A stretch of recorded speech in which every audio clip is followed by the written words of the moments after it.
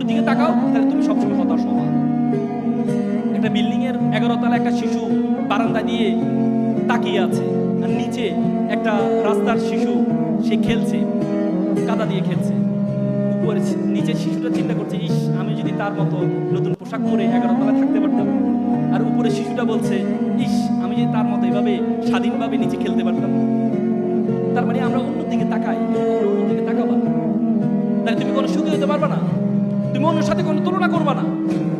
আজকে আমেরিকার প্রধানকে ট্রাম্প, ট্রাম্প কত বছর বয়সে প্রেসিডেন্ট হয়েছে বলো তো?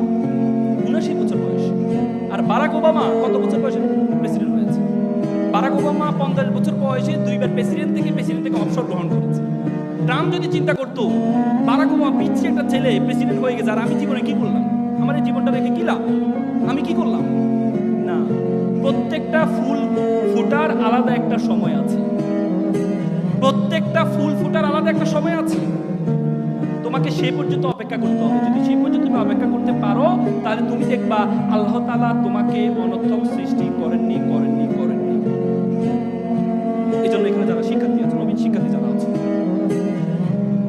সফলতার জন্য জীবনের সবচেয়ে বড় তোমাদের পিছু টান আছে, তোমাদের পায়ে একটা শিকল লাগানো আছে। একবার একটা বাবা একটা ছেলে চিড়িয়াখানা গেল, চিড়িয়াখানা যাওয়ার পরে দেখলো একটা হাতি, বড় হাতি, তার পায়ে একটা শিকল লাগানো আছে। ছোট ছোট হাতি তার পায়ে শিকল লাগানো আছে। ছোট ছোট হাতিগুলো শিকলটা ছেড়ার চেষ্টা করছে, আর বড় হাতিটা স্তব্ধ হয়ে দাঁড়িয়ে আছে। শিশু চিন্তা করলো, বড় হাতিটা যদি টান দেয় তাহলে শিকলটা ছেড়ার কথা, কিন্তু বড় হাতিটা দাঁড়িয়ে আছে কেন? তখন বাবাকে জিজ্ঞেস, বাবা বললো তাহলে এক কাজ করি, কেয়ারটেকারকে একটু জিজ্ঞেস করি। পরে কেয়ারটেকারকে জিজ্ঞেস করা হয়, আচ্ছা বলুন তো, এই যে ছোট ছোট হাতিটা শিকলটা ছাড়ার চেষ্টা করছে, কিন্তু বড় হাতিটা স্তব্ধ হয়ে দাঁড়িয়ে আছে, বড়টা টান দিলে তো ছিঁড়ে যায়। তখন কেয়ারটেকার বললো, দেখেন এই বড় বড় হাতিগুলো যখন ছোট ছিল তার পায়ে শিকলটা লাগানো হয়েছে, তখন সে এই ছোট ছোট হাতির মতো চেষ্টা করেছিল ছেড়ার জন্য, তখন সে পারেনি।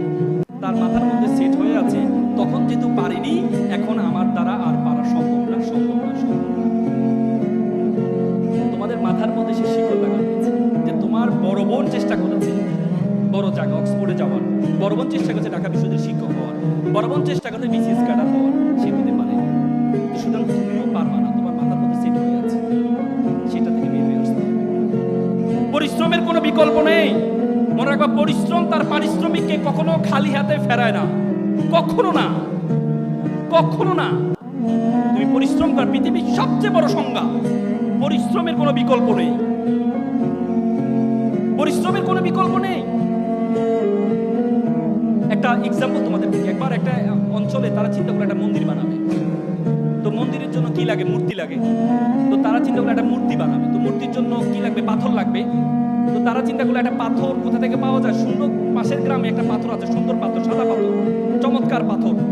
তখন তারা গেল পাথরকে অফার করতে, যে পাথর সাহেব আপনাকে একটু লাগবে। বলছে আমাকে লাগবে, আমাকে নিয়ে কি করবা?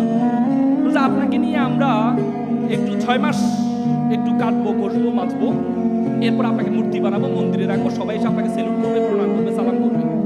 6 মাস? এ কষ্ট আমার দ্বারা সম্ভব না। আমাকে কষ্ট ছাড়া যদি কোনো কাজ থাকে সেটা বলবো। বলছে না, আপনাকে তো এইভাবে রাখলে তো কেউ সালাম করবে না আপনাকে। তখন অবহেলিত একটা পাথর ছিল পাশে, কালো পাথর। সে বলে, স্যার আমাকে নিয়ে যান, 6 মাস না, 1 বছর ধরে আমাকে কাটেন, কষেন, মাজেন, কোনো সমস্যা নেই। পরবর্তীতে কালো পাথরটাকে নিয়ে যাওয়া হয়। নিয়ে যাওয়ার পর 10 জনে মিলে তাকে কেটে ঘষে কাটাকাটি শুরু করলো। 10 মাস ধরে কাটছে। কাটার পর তাকে মূর্তির অবয়ব বানানোর মন্দিরে রাখলো।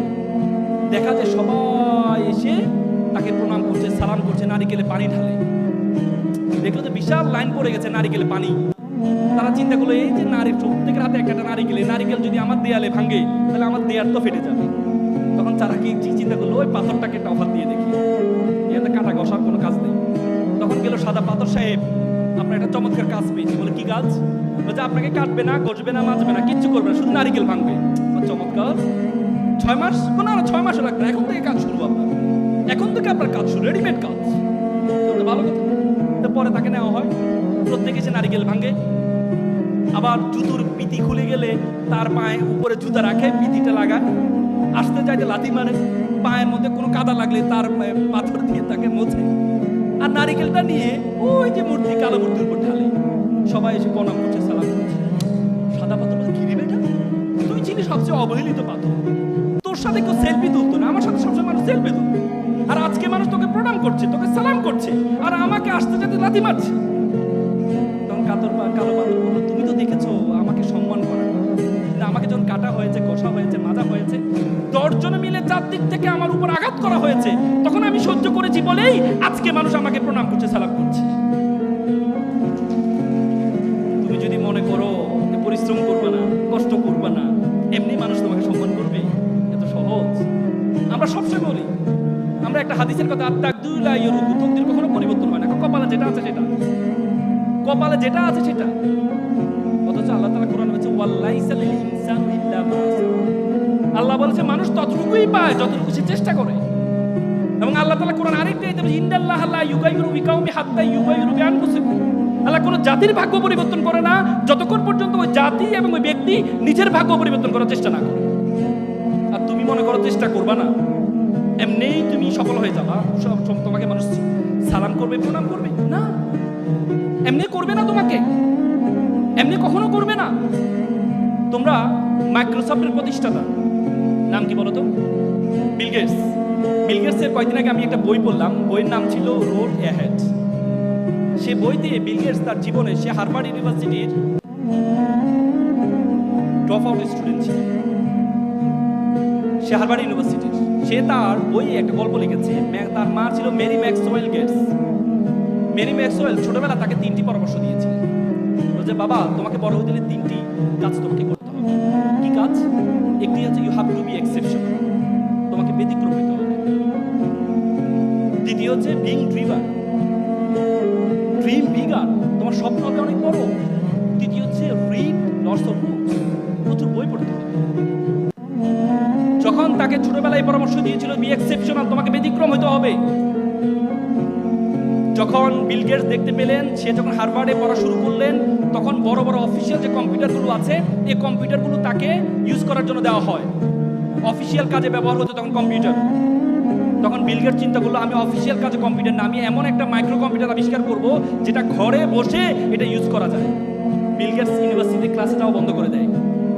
পরবর্তীতে বিল গেটস 4 বছরের মাথায় যখন মিনি কম্পিউটার জনক বলা হয়, মিনি কম্পিউটার আবিষ্কার করলেন, তখন তার বন্ধুরা পড়াশোনা শেষ করে এসে তার মাইক্রোসফটে এসে জব করা শুরু করেছে। বি এক্সেপশনাল, ব্যতিক্রম হইতে হবে। তোমাদেরকে আমি বলবো না পড়াশোনা বাদ দিয়ে শুরু করে, সেটা বলবো না। মনে রাখবা, জিকে বলা হয় যে আগে বলতো জেনারেল নলেজের যোগ, এখন জিকের কোনো ভ্যালু নেই, এখন এসকে স্পেশাল নলেজ লাগবে তোমার।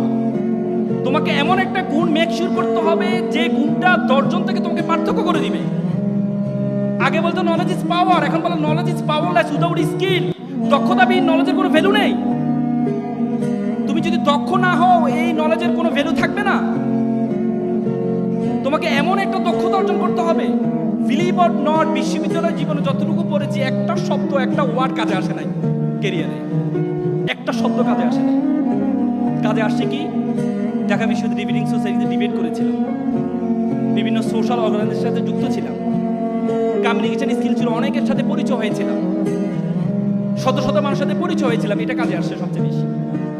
এই জন্য তোমাদেরকে বললো, তোমাদেরকে সবচেয়ে গুরুত্বপূর্ণ দক্ষতাগুলো অর্জন করতে হবে ফার্স্ট ইয়ার থেকে।